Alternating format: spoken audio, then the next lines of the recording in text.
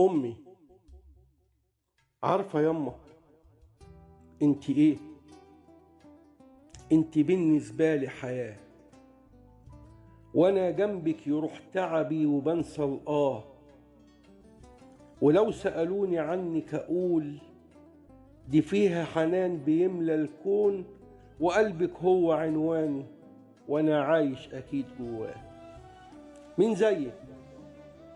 مين زيك يا ست الكل ضحى بعمره كله عشاني، ومن غيرك في عز الدقيقة بلقى في حضنه بر أماني، ومهما العمر بيا يطول ليكي في قلبي أكبر كوم، ولو مهموم أروح عندك ألاقي الحزن ينساني.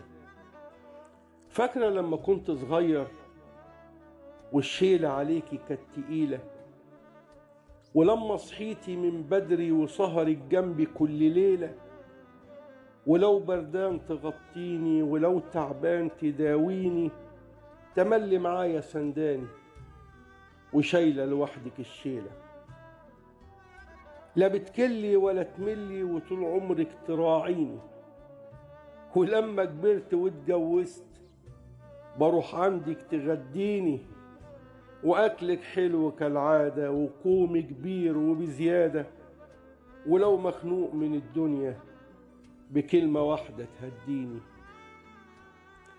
وأنا معاكي عايش ممنون ودينك شايله في رقبتي، ولو عديت جمايلك اتوه وانسى طريقي وحكايتي، مفيش غيرك يقويني مفيش غيرك يواسيني، ولو سبتيني مرة هموت وتبقى خلاص كده نهايتي.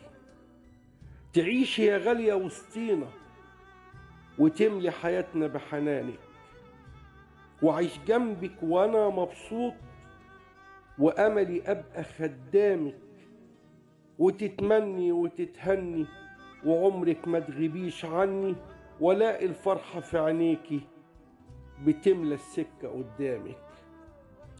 عرفت يما انت بالنسبة لي ايه؟ وده كله ما يكفيش، ومهما احكي ومهما اقول ده كل كلامي ما يقضيش. تعيش الفرحة في عينيكي، تعيش البركة في ايديكي، ده من غيرك هيدعيلي ومن غيرك عشانه أعيش. كل سنة وانت طيبة يا أحسن وأغلى أم.